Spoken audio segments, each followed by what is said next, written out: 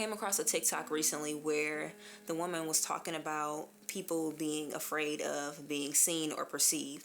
And she stated that it typically comes from childhood, where one was made to feel shamed or taunted for being their authentic self. Now, I remember when I was a kid, I was called like weird and just different things that weren't necessarily positive because of my like personality traits or like the way that I acted. I don't think I was necessarily the typical kid, and I was just always going to the beat of my own drum. When I got older, see, like even now as I'm trying to tell this, I feel like I am limiting myself. I'm trying to sound too perfect. Like, this is something that's going to take a lot of work from me. It's easier when I'm just talking about it to somebody else in person. Like taking out the camera, it has become, I mean, it is performative, right? But it's become like a task. Like, this used to be something that was peaceful to me, and now I just feel like I feel nervous. I don't like feeling like that. I want to be able to come off as myself. I'm gonna just start over from the top and act like I'm talking to my best fucking friend. I'm scared to be myself online. I remember when I was a kid, I told my mom I wanted to be famous.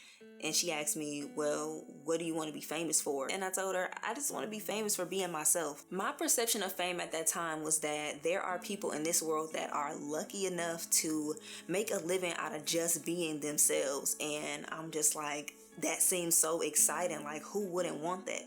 Now, mind you, I'm like a 7-year-old little girl. Now, though I don't necessarily want to be world famous in the, sense of having people so much in your business that you can't go step your big fucking toe in Walmart, the dream never changed. I just wanted to be able to create a living from being me. When I made my first video, I had so much fun. I just sat the camera down and I recorded. I was giving information about me, the songs that I liked at the time, which was a mix of Taylor Swift and Beyonce. And I was just showcasing my personality. I just wanted people to want to tune in to my life. Now, as I got older and learned more about content creation, I realized that people don't want to know about you unless they know about you. You get what I'm saying? Are you picking up what I'm putting down? Who the fuck is gonna come and watch a video about me being me when they don't know me?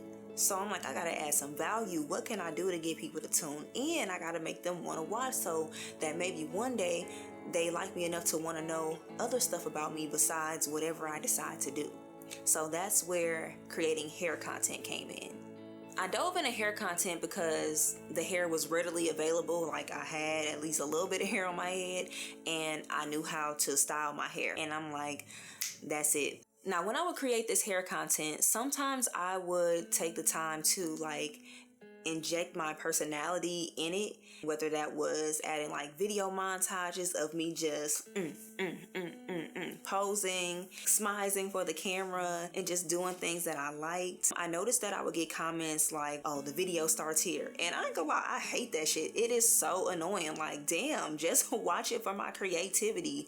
Watch it for the editing. But if somebody is coming to watch a tutorial on passion twists, girl, what do you expect? So at that point, I started to hide behind the hair niche. I was just making those hair videos, and I also felt like really robotic when I would make those type of videos. Just trying to come off as not scripted was hard for me because I would make my little notes and I just didn't want to make a mistake. I think it's like the permanence that you have when you create content for an online source. Because, when you leave that digital footprint, once you put that video out there, girl, it's out there. I think that's what kind of like scares me when it comes to creating content in general and just being my authentic self. Because it's just like, what if somebody sees this?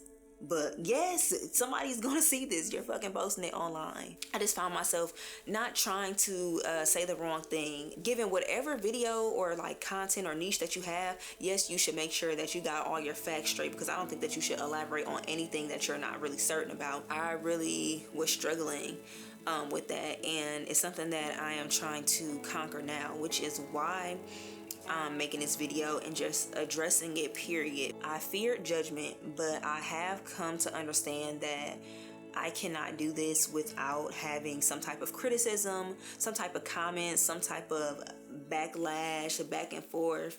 And I ain't gonna lie, I'm the type of person, I don't want people to say shit to me. I don't like the negativity. I don't like the adversity. But of course, going into content creation and posting myself online, there are certain things you have to deal with. And I'm learning to be okay with opinions.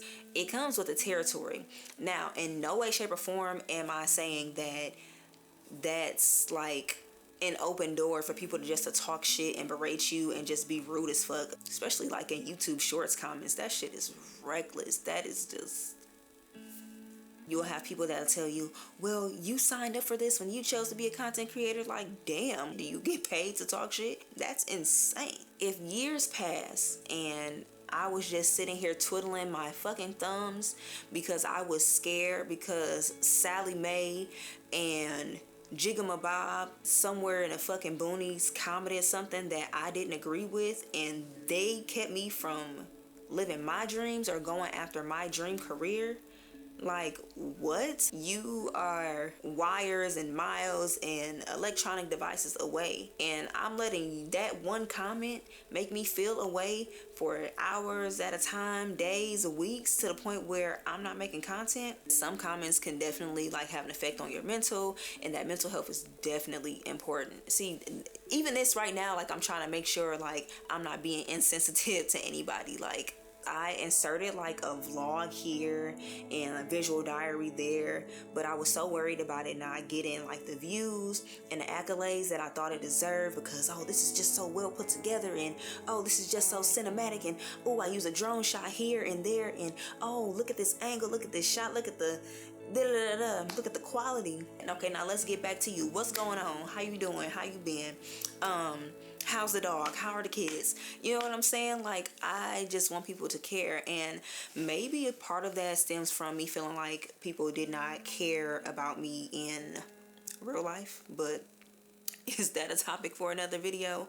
Maybe. Like, I'm a whole person, and there's things that I want to talk about, the parts of myself that nobody in this audience knows unless they know me personally, or they might have followed my other social medias. But I want to talk about prophetic dreams. Like, but girl, did you know I was fucking psychic? You know, did you know I can dream about your business if I just see you? Like, I've been through some crazy things. I have a lot of stories in me that I want to share. I have a lot of testimonies. I'm not saying I gotta go tell the world what color my panties are, you know, like all up in your business like that. I do think that there is a way to do what I want to do that is able to still like let me maintain a sense of privacy, but also let the people that fucks with the vibe, give them a sense of closeness. I want to make content that my daughters can watch. Videos where I'm giving them advice, videos where I'm talking about different subjects, but just in a way that's exuding my personality, how I would deliver it if I was talking to them or if I was talking to my friends. Like, I just want to be cool. I don't want to feel